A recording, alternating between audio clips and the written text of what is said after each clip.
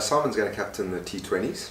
I think he's shown a lot of natural leadership from the time he's been here. Obviously, leading by example with the wickets, but also the work he does and the amount of talking he does in the change room.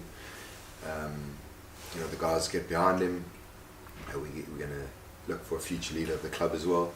I think it's a great trial period for him, and he's earned the right to do it. And the guys are very excited to have a different voice leading the way this season.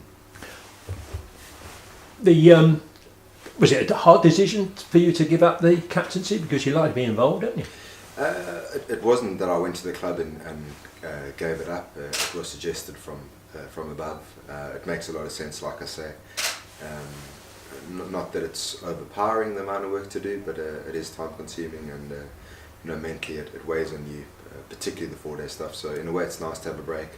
But I think the purpose behind it was more, like I say, for the succession of the leadership, and to give guys a chance who have put their hand up in the last couple of years. And Simon and Tom Wesley and Varun Chopra have all been on the radar for a while, and I guess whatever the reasoning was, the club thought fit that Simon should have it this year.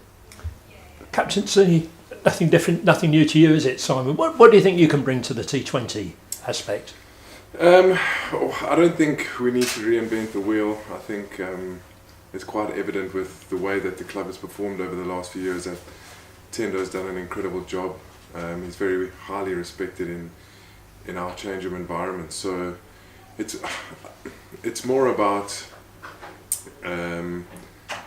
just trying to get the best out of the players on the field. I think T20 is a fast-paced game, and I don't think there's too much captaincy or leadership needed. I think Tendo takes care of that.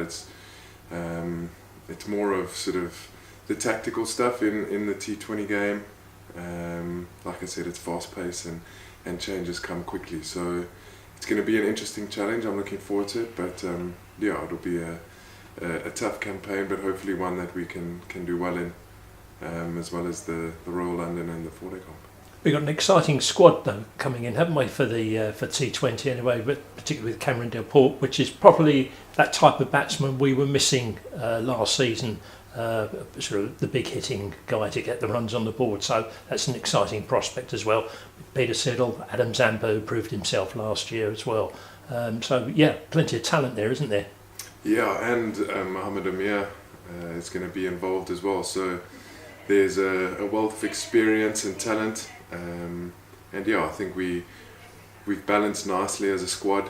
There's a lot of talented players and explosive players. I think we've done well in T20 competitions, but perhaps over 14, 16 game tournament haven't been as consistent as what we have liked. So something to look at for this season. And Brian, you enjoy playing 2020 cricket around the world, don't you? A bit of a, if you like, a new approach for you this season. You've just got to concentrate on your own game, although obviously I'm sure you'll be giving plenty of advice to Harmy if he wants it, but takes a little bit of pressure off of your shoulders. Yeah, it's nice to have the breathing space, and like you say, just focus on playing cricket again. If I'm honest, my T20 cricket's gone backwards a little bit. I wasn't particularly comfortable about promoting myself up the order last year, particularly being so close with Rav and how well he's done. So, I think leaving that decision to other people, wherever they want me to bat, I'll bat. But I certainly won't have that weighing on my shoulders, and hopefully I can offer more, from a numbers point of view with my batting, and also, not having to bring yourself on to bowl. I'm always available to bowl, and I feel like I can do a job. So, again, if the team needs me, I think it's easier someone else bringing me in than bringing myself on. So I'm looking forward to that, yeah.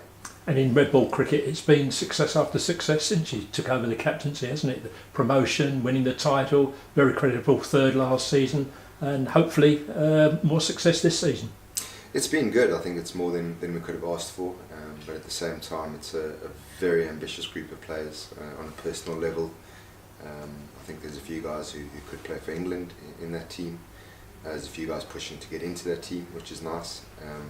But more importantly, as a squad, the hunger to win a trophy, to win the championship again is definitely there. The excitement in that team's nice. So you don't really have to worry about motivating the guys, and you can work on things.